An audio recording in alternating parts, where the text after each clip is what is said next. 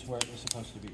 Once that's done, I'm going to take this out and build all this, and then I'm going to build the substructure and put it in and put it to my new skin. And I know that they're both where they are, right? So right now I'm building new to factory, then I'll go new to factory, my factory shape, and then I'll finish out the edge. So that's sequentially how I do that. Like you said, if you get into here and you're like, I'm going to take this one off and this one off, this could end up being a very, very different shape. So be mindful about what your plan of attack is on doing something, okay? 2, you can build a lot of stuff in different ways. So when I do a door skin, I think I have a door, but they never fucking get it not distorted. You know what I mean? You can put them on close, but there's always a little bit of little shit around the edges. And in a high-end collision industry type thing, or not high-end, like high-volume collision thing, that's not a big deal. Just wipe it down, put a little bit of filler on it, move on, and it's fast. In my world, when I'm going to do that, if I'm replacing something with damage and then putting something with more damage on it, and then I still have to gap everything, I'm basically doing redundant processes. So what I'll do is I'll zip with a grinder along here. Like say I'm going to go from here, I'll zip along there and I'll just grind off this edge. So I'll let that shit come off, right? And then I'll make my new door skin and I won't overlap it. I'll just put it right to that knife edge, okay? I'll put my weld seam through here. I won't weld shit along here. And then what I'll do is I'll cut myself, just shear off some like 1/2 inch, 3/4 inch strips of metal in there, right? I can shrink or stretch as I need to make shapes if it goes around something. And then I'll hang the door and I'll actually pull those strips down from the back side to where the gaps need to be, right? So if the gap's this big and I need it to be half that size, I'll pull this piece down so it's overhanging, right? Tack it all along, pull the door back off, knife edge weld it solid, Vixen file it flat, and I've replaced the rust, put the factory edge back the way it needs to be with the folded edge, and gap the door all in one go. Make sense? So instead of trying to do that and folding my edge and turning my deals and stuff and then having to gap it later, I basically try to put all the process into one go. Yeah? So people ask me that a lot. You can totally do it, just build the flange that way, but if you're gonna gap the car, you know what I mean, that's probably a waste of time.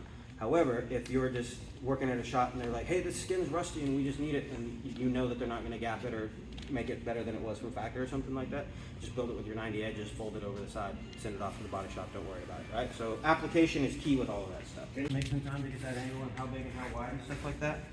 What happens is they'll try to keep changing, make a new template, make a new template, make a new template. What I'll do is I'll get it and then I'll just put tape on it. If it's too short, I'll add tape to it, and then I'll take the back side. You know what I mean? Like tape is the thing, all you're trying to do. So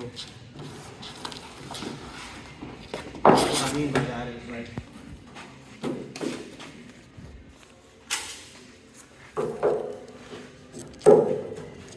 so this is what I'm talking about. You can see here, this is standing up and this is standing up, right? So we can see already where it's going to go. Okay?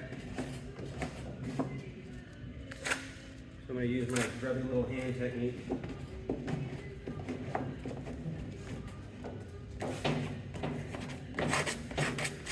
Like I said, I did this yesterday. The template's actually sitting behind you, but I wanted to show you guys how I do some of this stuff because it might help. I know it seems stupid, but that grubby little hand technique is actually quite helpful when you're doing like complex shapes. I have gloves on my hands all the time, but when I'm doing something like this, I know I'm going to be building it, welding it, and then DAing this whole thing down, so I know this is safe to touch with my bare hands. That's not safe. I don't ever touch bare metal with my bare hands unless I'm in this situation. But if I've got like body lines or moldings like those quarter panels, you can put something up on there, clamp it on, or put your deal and just run your hands on it like that. And like I said, the grubby hand part will wear off.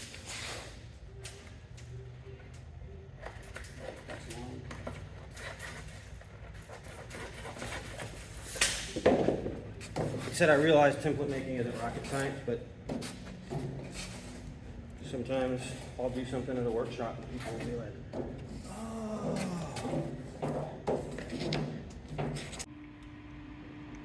Somewhere in there.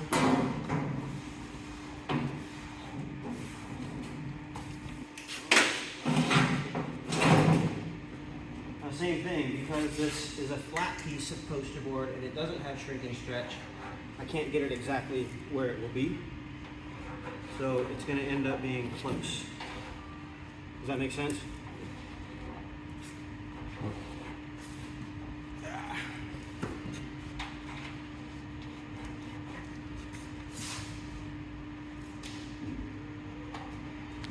New England East Coast, Colorado, places like that. I got family in the Pacific Northwest and stuff. I ride motorcycles and play golf and shit. Just fucking tired. Wintertime, man. Tired of being cold.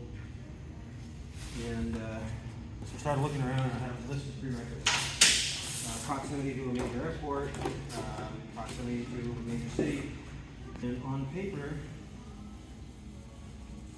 Alabama is one of the cheapest places to live that has all of those things with a nice moderate climate. You can be at like Gulf Coast blue sandy or blue water, white sandy beaches in 4 hours from here. You got Nashville and Atlanta and stuff like that. And nobody ever comes here, they just go through it. Because why would you, right? You know, I thought for sure I was going to be in Shitkinsville. I'm from Colorado, guys.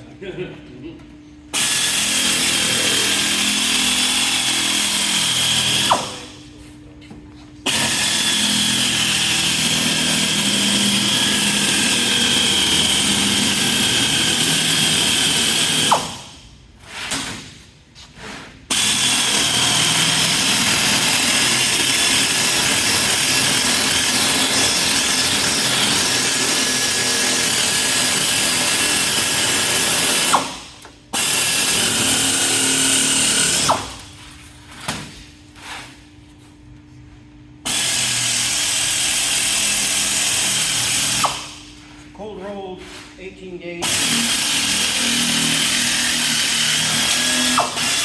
What averages out goes up, this gets gathered around. That's how you make a basic bowl shape. So if we're doing a low crown shape, we have to shrink, maybe stretch. Usually not very much. A lot of times that's where people get into trouble with a low crown because they try to form metal way too much and it doesn't need it. So hammer forming. And essentially hammer forming means you dimple the shit out of everything, right? Real heavy. Highs and lows, and when you make like a peak go this way, it pulls metal in, and that's what creates the shrink, right? But then obviously there's a bunch of dimples. So essentially what they would do is they would hammer form or stump form. The only reason why mechanical shrink is because I found that it tends to eliminate the extra process. It requires more legwork physically. I sweat a little bit more, but it takes the same amount of time to shrink this mechanically as it does in a hammer, right? Or the pull mask or something like that. The only difference is my little thumbnails are tiny and the hammer thumbnails require that I go in and back and re-crown it, right? So it allows me to decide how much time I want to put in with each tool. So the key with shrinking is it has to be casual and it has to be that way with all metal shrinking. Metal does not like to be forced, it likes to be coaxed, right? So I'm gonna have you guys feel this. All I'm doing is just barely letting it tap. Right? See how it started to pull in already? The key is I can't shrink too much in one spot, and I can't shrink too much at a time. If I want to shrink a whole bunch at a time, it'll distort the shit out of it. Somebody hold that for me. They think it's something weird. See, that moves a lot. See how it distorts a bunch around it? So I can get that much without the distortion as long as I just kind of ease into it sequentially instead of just trying to go crazy right at once, right? So, thank you, sir. So when you're shrinking, like I said, you want to even, just even shrink. The other thing is, remember we were talking about tools that people make and they're gimmicky? They make mechanical shrinker stretchers that have jaws like this, right? You've all seen them probably in your shop, the little handheld ones, okay? The stretching dies, you can do a lot more than this. I'm showing you guys how to shape with it, but the stretching dies, sometimes you'll get to a point where you're like, I over-shrunk something. And a stretching die, you can reverse it, which is nice. And then two, a lot of times, you can use shrinkers and stretchers to take 90-degree flanges and make them have different shapes to them. So for that regard, where's that little aluminum fender I made? Somebody bring that over here. See, as long as I work it sequentially, it'll stay smoother. Okay, so this is called a reverse curve. Right, we're familiar with this, where it goes one curve to the other curve. The hardest part to get this is to get this transition smooth, right? It's really difficult. I made this in 2 pieces. A lot of times you'll see people will make these in a bunch of pieces, and that's fine. I made this because I'm shaping the metal instead of doing a bunch of basic shapes and welding them together. I did this for illustrations on my book. So if you look along here, this 90-degree flange is just turned into it. So for it to go this way, this has to shrink. For it to go that way, this has to stretch. So every time you're making shape, something's getting stretched, shrunk, or bent, right? All right, so this isn't enough, but I'm just going to show you guys. See, I haven't done anything really to the center part. All I'm doing is making this shape, right? So when I look at this, like we were talking about our tighter one, I know that if I shrink this down, it'll curl the metal this way. That's going to bring this down to kind of fit this radius. This is actually pretty much where I want it to go. Right, see, I know this will lay nice and flat where I go there, but if I try to force this down, it'll go up like that. So when you're forming, you can go both sides on there, so thinning the metal. Everywhere you run this through the English wheel, the metal's getting thinner and getting pushed out to the outside, okay? I'm going to use it to plank. So I'm just going to run right along the edge. Now, if I've got the steps on here, this is what I was talking about. I let the metal, sometimes when you get real close and when you do get to here, there will still be a little bit because one, you put the metal in a new shape really quickly, and two, because it's laying on top of another piece of metal, and when you cut the other piece out and lay it down in there, it's going to lay where it's going to be. And then also, it's a little long. There's about, this is what I'm talking about, 1.5 inches along here. I don't know if you guys were kind of paying attention, I'm just kind of rambling about stuff, but like, once I get close, I came in, did some real light through here a little bit, kind of in here, kind of stretched in a little bit farther. It welds DC, and it moves kind of like I said, aluminum. It's very...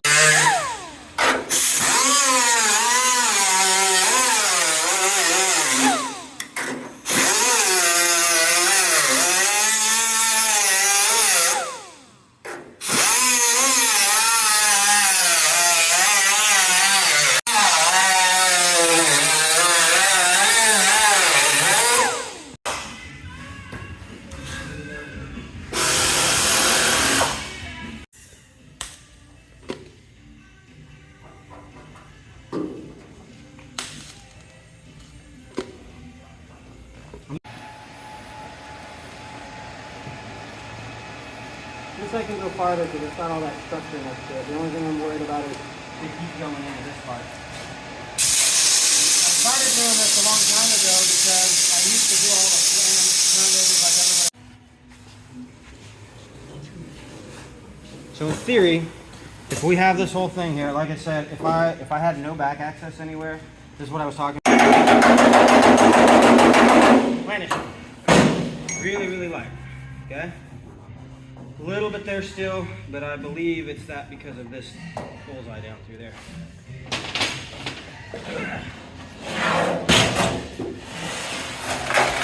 Flat, right under. Now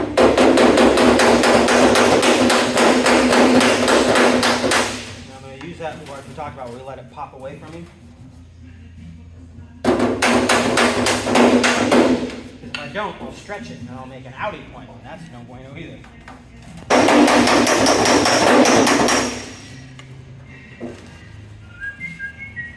So when you're feeling stuff, you want to feel with whatever hand you're not dominant with. So like body work, metal stuff like that. If you're left-handed, you want to run your right hand. For whatever.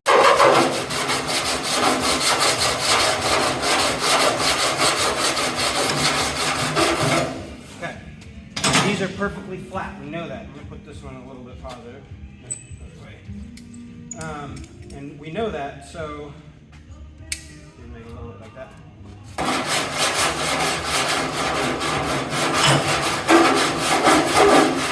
So it'll show me where my highs and lows are, right?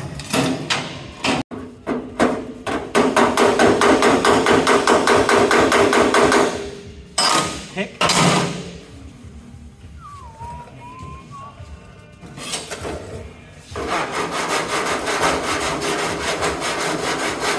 So see how after I knocked it down, it started hitting those places? Right? So I can tell that I knocked that down lower than it was before.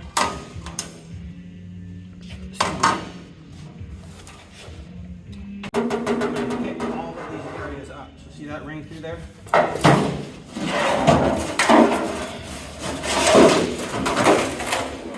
use that high point as my reference point.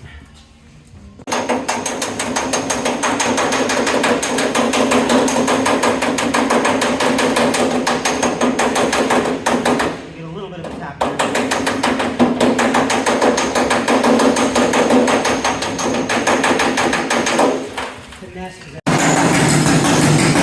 And it's just because, like I said, you can't fit one piece to another piece separately and then weld them together and have it be exactly what it is. Now you're helping them join just enough that I can take that weld down. The panel.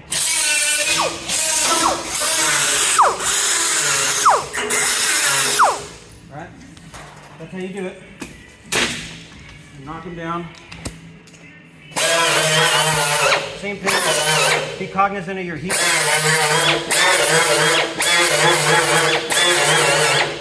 If that process gets it too hot, it won't go well.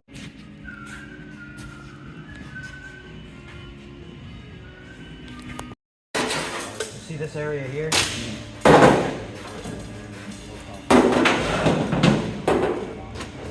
The song always makes me think of Days and Confused.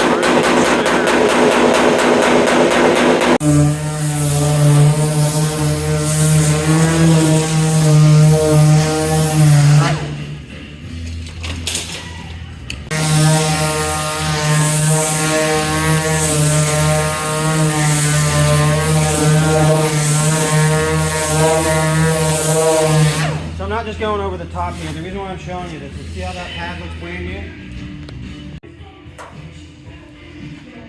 You think that okay? I think it's possible. You think it'll work? Within a few hundred thousands.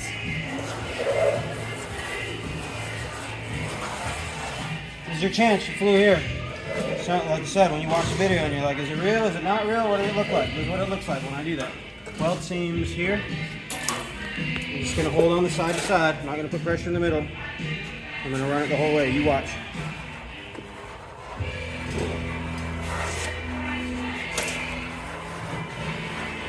Said, it's not camera tricks. You tell me. Is it real or is it not?